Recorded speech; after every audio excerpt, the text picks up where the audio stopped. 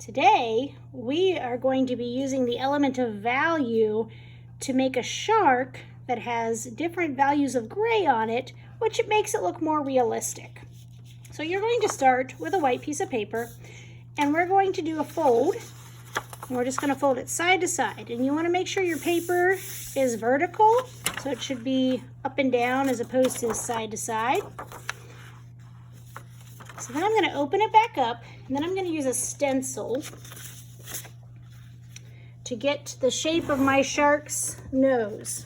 Now, if the stencil doesn't match up perfectly, that's okay. Just use the top as a guide. Then I'm going to flip it to the other side to draw the rest of it. So then I'm going to draw the shark's mouth. So I'm just going to start by a big rainbow line. And then I'm going to do a more shallow rainbow line for the bottom of the mouth. From here, I'm going to add details for the face. So it needs some eyes, some nostrils, because that's where the nose is, some teeth,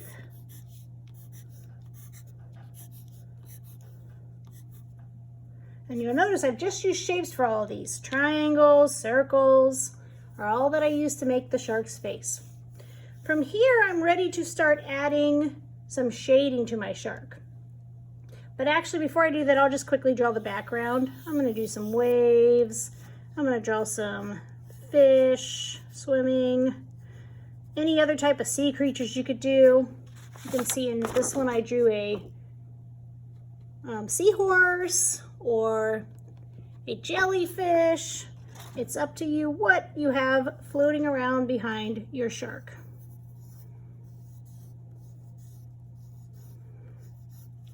So to start shading, I'm going to take a gray crayon, or you could do a gray colored pencil. And I'm just going to gently color on one side of it because I'm trying to make a light gray. So I don't want to push too hard, or it won't look like the lighter side of the shark. And I'm going to stop at the middle line.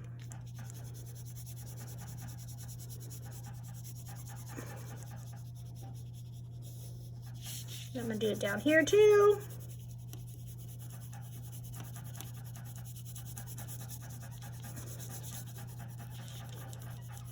Got a very squeaky table if you can't tell. Alright, so then on the other side of the shark, I'm going to color really, I'm going to push down really hard. And you'll notice that the value of the gray changes. It's got a darker value now.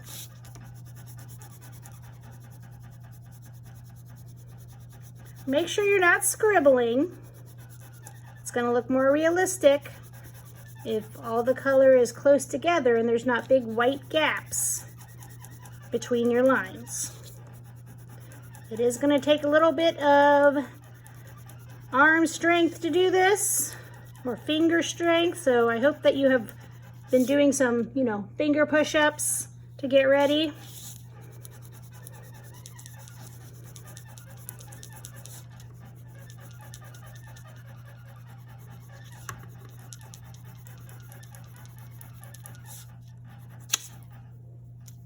You can also peel your crayon if you start to lose your tip.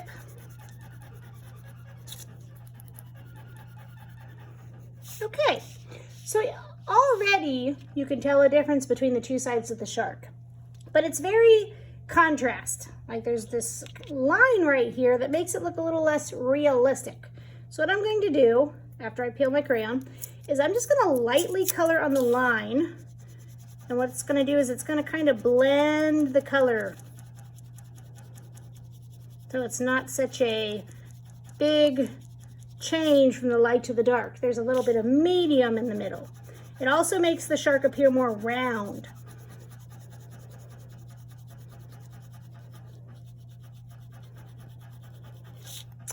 And the last thing I'm going to do to make it look more realistic is I'm going to take a black, and on the darker side, I'm just going to lightly go in and make it a little bit darker by adding some black to my gray.